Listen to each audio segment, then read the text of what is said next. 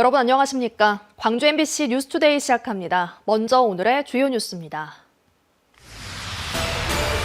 기후에너지 환경부 장관이 한중 정상회담에서 논의된 판다 국내 대여가 현실화된다면 광주 우치동물원에 푸바오 커플을 데리고 올 계획이라고 밝혀 화제입니다. 나주시가 방문의 해를 맞아 숙박비를 최대 절반까지 환급해주겠다며 대대적인 홍보를 벌이고 있는데 알고 보니 사업 세부 내용도 확정하지 않고 홍보부터 해왔습니다. 최근 급물살을 타고 있는 광주 전남 행정통합 논의 과정에서 광주 명칭에 대한 논란이 일고 있습니다. 민주화 인권이라는 한국 현대사의 심장과 같은 상징성이 있는 만큼 세밀한 고민이 필요하다는 지적입니다. 국토 최북단 강원도 고성에서는 요즘 겨울철 용가자미 낚시철이 시작돼 마땅한 낚시 어종이 없는 어업인과 지역에 큰 도움이 되고 있습니다.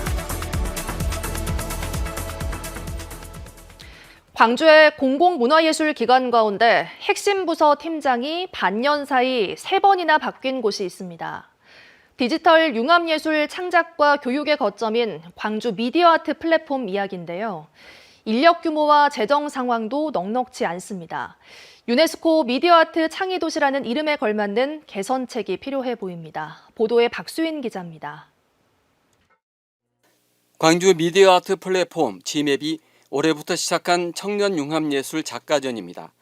전국 공모로 4명의 청년 예술인들을 발굴해 창작과 전시를 지원했습니다. 이번 전시 말고도 지맵은 올 한 해 5.18 기획전과 광주 비엔날레 파빌리온 등 2-3개의 굵직한 전시를 준비 중입니다. 창제자 교육 프로그램인 디지털 아트 컬처랩과 국제 교류 협력 사업도 추진합니다.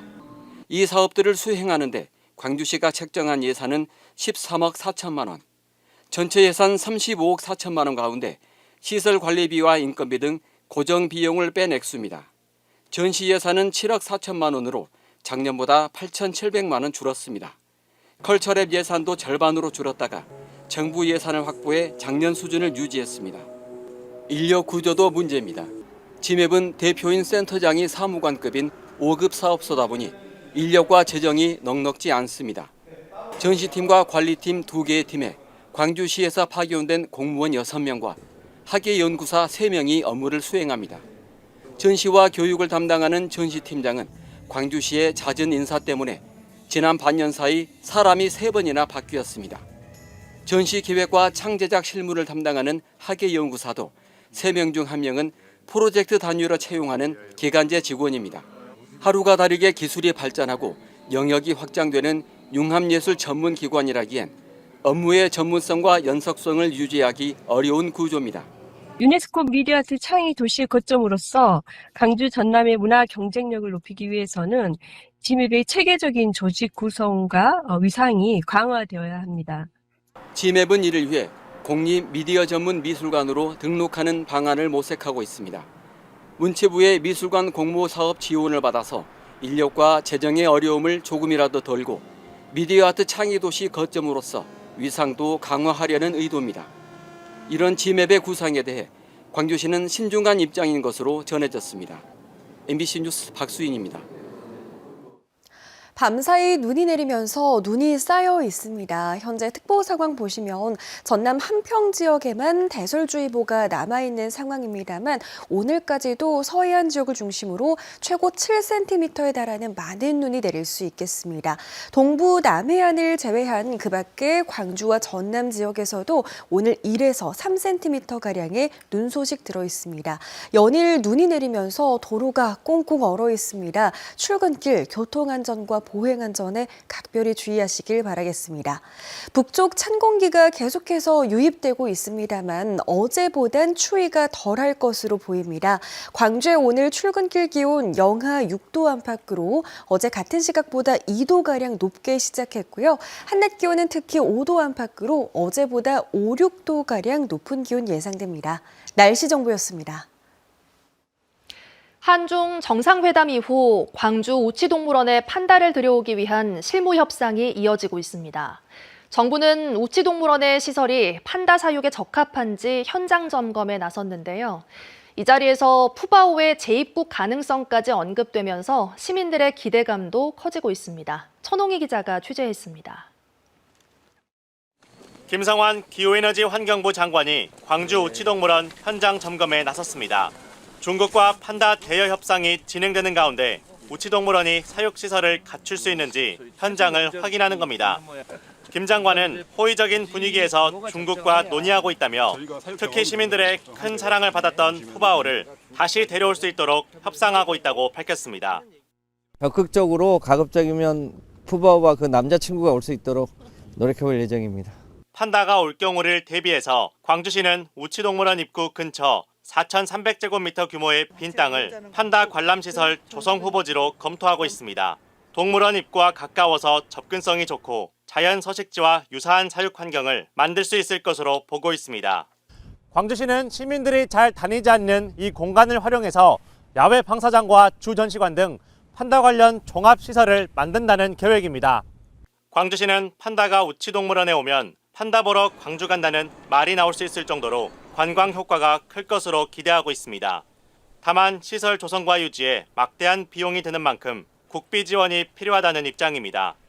20에서 25도 시사는 민감한 동물이고 습도는 55% 이상입니다. 350억 정도 시설비가 들어가고요. 김 장관은 현재 용인에 있는 푸바오의 동생 판다 2마리가 내년 3월 중국으로 돌아가는 만큼 그 이전에 판다 대여 협상을 마무리해서 광주에 판다가 올 수 있도록 노력하겠다고 밝혔습니다. MBC 뉴스 천홍희입니다. 나주시가 올해 방문 관광객 숙박비를 최대 절반까지 환급해주겠다는 정책을 들고 나왔습니다. 이미 수백 장의 홍보 플래카드까지 시내에 내걸었는데요. 알고 보니 사업 내용도 확정하지 않고 홍보부터 해왔습니다. 잘못 만든 플래카드마저 모조리 폐기할 수밖에 없어 아까운 혈세만 낭비하게 됐습니다. 주지은 기자가 취재했습니다. 전남 나주시청 앞에 하얀색 플래카드가 걸려 있습니다. 나주에서 숙박하는 모든 관광객에게 숙박비의 최대 50%를 돌려주겠다는 내용입니다. 지난해 크리스마스 직후 나주시 전역에는 이 관광비 환급 플래카드가 걸렸습니다. 파격적인 환급 정책에 시민들의 문의가 이어졌는데 정작 업계 종사자들은 모르는 일이었습니다. 한 달 넘게 플랜카드가 붙어 있는 것으로 알고 있는데요. 숙박업소를 운영하는 사업자 입장에서 이게 좀 어떤 사업인지 행정으로부터 구체적으로 들은 바도 없어서. 알고 보니 사업 규모와 범위도 확정하지 않고 홍보부터 했던 겁니다. MBC 취재 결과 나주시는 플래카드부터 만들어 뿌린 뒤 뒤늦게 사업 세부 내용을 확정했습니다. 작년에 연말에 이제 좀 남은 운영비가 있어서 사전에 좀 홍보를 먼저 선제적으로 하려고. 엉터리 환급 현수막 250장을 만드는데 1,000만 원의 예산이 들어갔습니다. 고스란히 폐기 처분하고 새 플래카드를 만드는데 또 550만 원의 예산을 써야 합니다. 나주시는 SNS상에서 환급 내용이 이상하다는 지적이 일자 이틀 전에야 새로운 환급 내용을 시청 홈페이지에 공지했습니다. 혈세 낭비에 관광객이나 시민에 대한 사과도 없습니다. 나주시는 왜 예산 검증 과정도 없이 급하게 사업이 추진됐는지 묻는 취재진의 질의에 답하지 않았습니다. 그걸 지원을 누가 어떤 방식으로 받는지, 누구 돈으로 하는 건지에 대한 홍보도 전혀 안 돼 있습니다. 그리고 그 돈을 시민의 혈세로 줄 거 아니에요. 나주시는 절반 환급을 철회하고 나주시에서 1박한 뒤 아이 동반 6인이 방문할 경우 최대 15만 원까지 환급해주겠다고 계획을 변경했습니다. MBC 뉴스 주지은입니다. 어제 오후 9시 10분쯤 곡성군 오산면 선세리의 한 주택에서 시작된 화재가 인근 작산으로 번지면서 소방당국이 진화에 나섰습니다. 오늘 오전 6시 기준 70%의 진화율을 보이는 가운데 당국은 진화 인력 110여 명과 진화 장비 등을 현장에 긴급 투입했고 날이 밝는 대로 헬기 6대를 투입해 불을 진화하겠다는 계획입니다. 현재까지 인명피해는 발생하지 않은 것으로 파악됐고 당국은 불을 끄는 대로 정확한 화재 원인 등을 조사할 계획입니다. 일제 강제동원 피해자와 유족들이 6년 9개월 만에 일본 기업을 상대로 제기한 항소심에서 승소했습니다. 광주고법 제1민사부 이의영 판사는 어제 일제강제동원 피해자 유족 13명이 미쓰비시 중공업을 상대로 낸 손해배상 청구 소송 항소심에서 원고 일부 승소 판결을 유지했습니다. 이번 판결은 2019년 4월 광주 전남에서 진행된 강제동원 1차 집단소송 가운데 처음으로 내려진 2심 결정입니다. 앞서 진행된 1심에서 법원은 미쓰비시가 원고들에게 위자료 6억 990여만 원을 지급하라며 원고 승소 판결을 내렸습니다.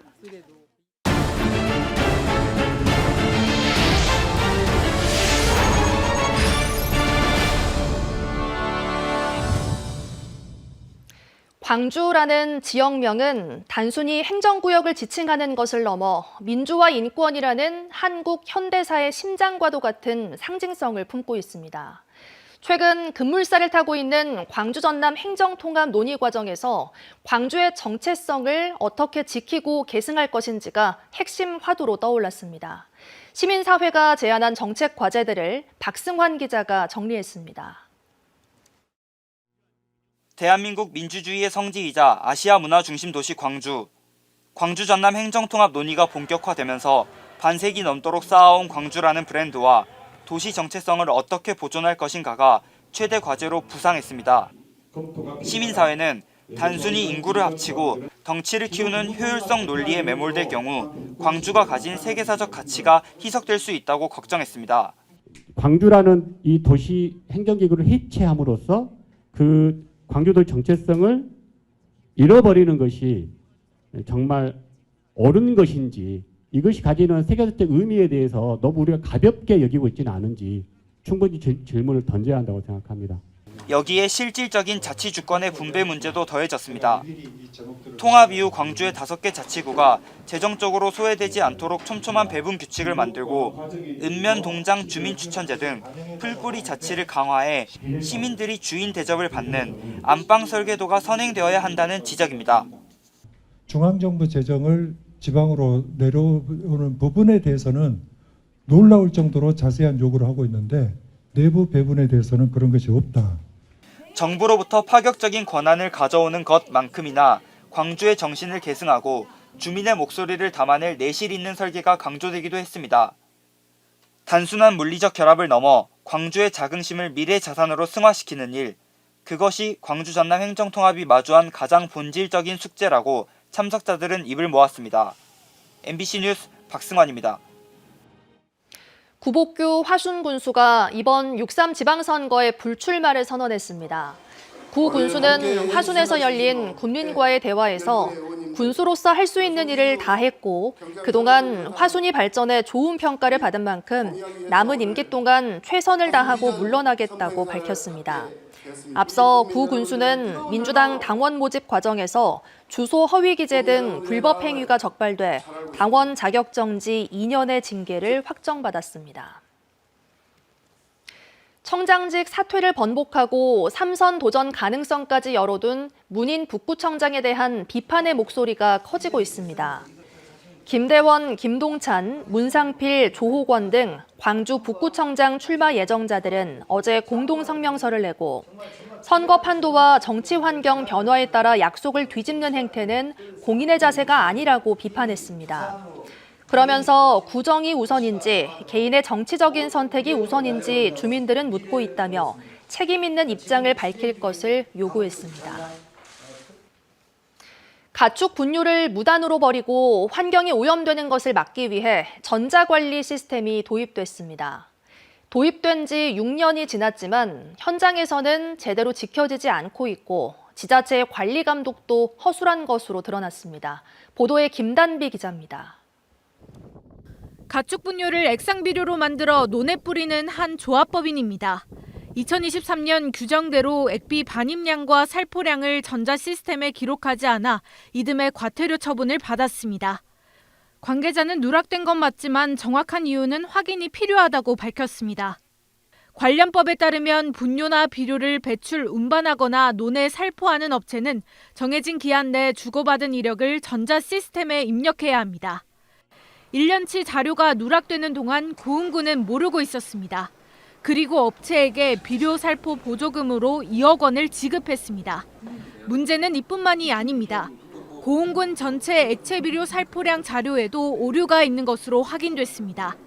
2019년부터 2024년까지 전자 시스템상의 살포량이 실제 살포된 양보다 많게는 2배가량 많이 입력됐습니다. 가축 분뇨 배출부터 최종 처리까지의 모든 과정을 투명하게 관리하기 위해 도입된 전자 시스템의 취지가 무색해진 겁니다. 제주에서도 전자 시스템에 입력하지 않고 분뇨를 농수로에 몰래 버린 농장주가 붙잡히는 등 전국적으로 비슷한 사례가 잇따르고 있습니다. 이에 대해 고흥군은 양돈 농가와 액비업체에서 중복 입력한 수치가 포함됐다며 지난해부터 수정했다고 해명했습니다. 보조금에 대해서는 업체가 시스템 입력을 누락했더라도 비료 살포에 대한 청구서와 정산서를 확인했기 때문에 지급에 문제가 없다고 밝혔습니다. 농업 이지 등 관련 시스템이 실시간으로 상호 연동되지 않는 부분이 있어 시스템 오입력, 미입력에 따라 관련 사항 등을 지도 점검하는 데 한계가 있습니다. 그러나 전문가는 관리 감독이 허술하면 사각지대가 발생할 수 있고 이는 환경오염과 작물 재배에 영향을 미칠 수 있다고 말합니다.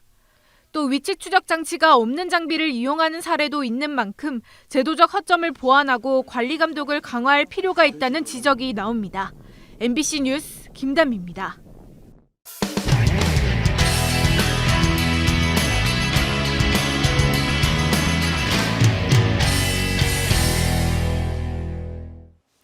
가자미는 특별한 낚시 기술이 없어도 초보자가 쉽게 접근할 수 있는 어종인데요. 최북단 강원 고성군에서는 요즘 용가자미 낚시철이 시작돼 마땅한 낚시 어종이 없는 어업인과 지역에 큰 도움이 되고 있습니다. MBC 강원 영동 김형호 기자가 현장에 다녀왔습니다. 북방 한계선에서 15km가량 떨어진 고성군 거진항 앞바다. 20-30척의 낚시 어선들이 가자미 떼를 찾아 바쁘게 이동합니다. 5m 사이에 어금이 들어오고 있습니다. 어금이 맞춰보세요. 바늘이 10개 달린 낚시를 물속에 넣자 한 번에 가자미 서너 마리가 걸려 올라옵니다. 가자미 낚시는 그도 이 겨울에 유일하게 할 수 있는 재밌는 낚시죠. 한번 올릴 때 뭐 대여섯 마리씩, 많게는 10마리씩 이렇게 올라오는 그 재미에. 강원도 고성 지역에서 겨울 동안 주로 할 수 있는 용가자미 낚시가 본격적으로 시작됐습니다. 수심 50에서 100m에 서식하는 용가자미는 바닥에서 20-30m 정도 떼를 지어 올라오기 때문에 낚시 바늘을 적당한 수심에 고정하는 게 기술입니다. 초보자들도 쉽게 하고 바닥 찍을 때랑 뭐 수심만 맞추면 되니까. 강원도에서 흔히 낚시로 잡는 가자미 어종은 기름가자미와 참가자미입니다. 그런데 일명 어구가자미라고 부르는 용가자미는 겨울철 고성 지역에서 낚시로 잡는 효자 어종으로 자리 잡았습니다. 겨울철에 가자미와 함께 잡는 대구가 1월 중순부터 2월 중순까지 낚시로 잡을 수 없는 금어기에 들어가면서 가자미 낚시 의존도는 커졌습니다. 최대 피크예요, 이때가. 겨울철에 다른 낚시도 없을 뿐더러 지금 조항이 좋으면은 손님들이 많이 몰리는 편이에요. 네. 그리고 보통은 꽤 한 100마리에서 200마리까지도 잡으니까. 강원도의 용가자미 낚시는 3월까지가 제철인데 수산자원 보호를 위해 20cm 이하 크기는 잡을 수 없습니다. MBC 뉴스 김영호입니다. 며칠 전 충남 태안 앞바다에서 어선이 뒤집히는 사고가 발생해 70대 선장이 숨졌습니다. 한 달 사이 태안 앞바다에서만 어민 5명이 목숨을 잃었는데요. 어민들은 기후위기에 바다 날씨가 갈수록 불안해지고 있다며 입을 모으고 있습니다. 대전문화방송 이혜연 기자입니다.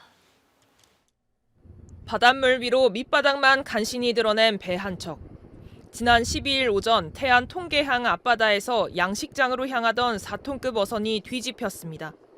배에 타고 있던 선원 3명은 구조됐지만 70대 선장은 심정지 상태로 끝내 숨졌습니다. 지난달 인근 천리포항에서도 조업에 나선 어선이 전복되는 등 태안 소원면 앞바다에서만 어민 5명이 잇따라 목숨을 잃었습니다. 태안 앞바다는 서해로 불쑥 튀어나온 지형 탓에 겨울철 북서풍을 그대로 맞습니다. 원래 바람이 센데요. 세기는 센데 이렇게 세지는 않았었어. 근데 더 세졌어요. 파도 조금 치면 내가 흐르듯이 흘렀어요, 물이. 기후변화로 날씨가 수시로 변하면서 출항할 때만 해도 잔잔한 바다가 순식간에 거칠어지기 일쑤입니다. 바람이 좀 이제 괜찮으니까 나갔더라고요. 나갔는데 갑자기 바람이 이제 세지면서 그게 이제 파다치니까 거기서 이제 파손이 된 거지. 대부분 양식업에 나서는 배들로 특히 겨울에도 작업을 멈추기 어렵고 선체도 작아 파도에 더 취약합니다. 이곳 앞바다에서 전복된 배도 보이는 배와 같이 5톤도 채 안 되는 작은 양식장 관리선이었습니다. 무거운 양식기구를 손쉽게 들어올리기 위해 배 높이를 낮추다 보니 수명과 높이 차는 불과 1m도 채 안 됩니다. 실제로 풍랑주의보 등 해상 기상특보는 전국적으로 1년 새 18% 넘게 늘었고 기상 악화로 인한 어선 사고 역시 8건에서 79건으로 무려 10배 가까이 급증했습니다. 가뜩이나 수온 변화로 조업구역이 점점 먼 바다로 밀려나 운항거리가 길어지면서 신속한 피항조차 쉽지 않은 게 현실입니다. 인명피해를 동반한 전목 침몰 사고 발생 당시 풍속이 4.4%, 최대 파고 8.5% 증가되는 등 기상 악화가 동반되는 해상환경 조건이 확인되고 있습니다. 하지만 국내 어선 10척 가운데 4척은 여전히 20년 전 기준에 맞춰진 낡은 배입니다. 정부도 기존 24m가 아닌 12m 이상 소형 어선까지 전복 사고를 막는 보건성 심사 대상으로 확대하는 등 변화하는 바다에 맞춘 새로운 안전 기준 마련에 나섰습니다. MBC 뉴스 이혜현입니다. 지역의 의료 공백 문제를 해결하기 위해 내년부터 지역의사 전형이 실시될 예정인데요. 지역의사 양성과는 별개로 지역 의대생들의 정착을 유인할 수 있는 대책 마련도 필요한 상황입니다. 부산문화방송 김윤아 기자의 보도입니다. 부산의 한 종합병원에 부산대 의대 본과 4학년 학생들이 실습을 나왔습니다. 환자 엑스레이 사진을 보며 뼈의 구조와 수술 방법 등을 배우고 진료 모습을 지켜보며 현장도 익힙니다. 로컬 병원에서 이렇게 실습하다 보니까 또 어떤 점이 다른지에 대해서 그리고 어떤 게 제가 가져야 될 태도인지에 대해서 생각하면서 대학병원이 아닌 지역 2차 병원에서 의대생들이 실습에 나선 건 이례적입니다. 지역 의료인으로 성장해 지역에 정착하길 바라는 부산 의료계의 바람을 담아 마련한 자리입니다. 지역에서 어떠한 의료 수요가 많고 지역이 필요로 하는 의료인이 어떤 의료인인지 배우는 기회가 되기를. 내년부터 지역의사제 시행을 앞두고 있지만 필수 의료 전문의 확보 등 지역 의료 공백 문제가 곧바로 해소되긴 어려운 상황. 의료 인력의 지역 정착을 돕기 위한 장기적이고 현실적인 유인책이 동시에 마련돼야 한다는 지적이 나오고 있습니다. 정치계라든가 행정계에서도 여기에 맞춘 지원책을 마련을 하고 필수 의료와 지역 의료에 헌신할 수 있고 제대로 대우받을 수 있는 환경을. 한편 정부는 관련 시행령을 입법 예고해 내년부터 지역의사제 전형을 서울 제외 전국 32개 의대에서 실시한다고 발표했습니다. MBC 뉴스 김민아입니다. 보건복지부 보건의료정책심의위원회 회의에서 전남 통합대학교 국립의대 정원 100명 배정이 심의된 것과 관련해 전라남도가 환영의 뜻을 밝혔습니다. 김영록 지사는 입장문을 통해 정부에 감사의 인사를 전하며 다만 정부가 제시한 2030년 개교 시점은 너무 늦다면서 2028년으로 앞당겨달라고 요청했습니다. 김 지사는 전남은 의료 접근성이 취약하고 고령 인구의 비중이 높지만 의료 인프라가 부족해 제때 진료받지 못하는 안타까운 현실이 계속되고 있다고 설명했습니다. 보건의료정책심의위원회는 다음 주 제5차 회의를 가진 뒤 다음 달 초 최종안을 교육부에 보고할 예정입니다. 다음은 희망 2016 나눔 캠페인에 성금을 보내주신 분들입니다.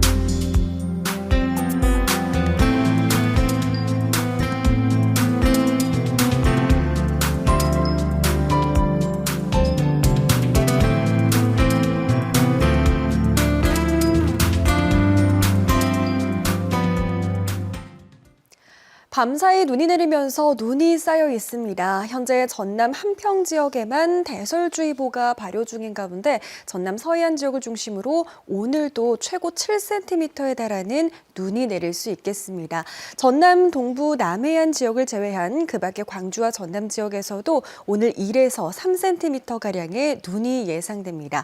연일 눈 소식이 이어지면서 길이 꽁꽁 얼어 있습니다. 출근길 교통안전과 보행안전에 각별히 주의하시길 바라겠습니다. 북쪽 찬 공기의 영향을 계속해서 받고 있습니다. 오늘도 영하권 추위가 예상되는데요. 어제보단 추위가 덜할 것으로 보입니다. 광주의 아침 기온 영하 6도 안팎으로 어제 같은 시각보다 2, 3도가량 높은 기온에서 시작했습니다. 한낮 기온은 영상 4도에서 6도 분포로 낮 기온 어제보다 5, 6도가량 오름세를 보이겠습니다. 곡성의 현재 기온 영하 8도를 밑돌고 있습니다만 한낮 기온은 4도 안팎까지 오름세를 보이겠습니다. 바다의 물결은 전해상에서 최고 2m로 일겠습니다. 눈 소식은 내일까지도 이어지겠습니다. 날씨 정보였습니다. 언제 어디서나 내 손 안의 뉴스. 광주 MBC 뉴스 유튜브 구독으로 함께하세요.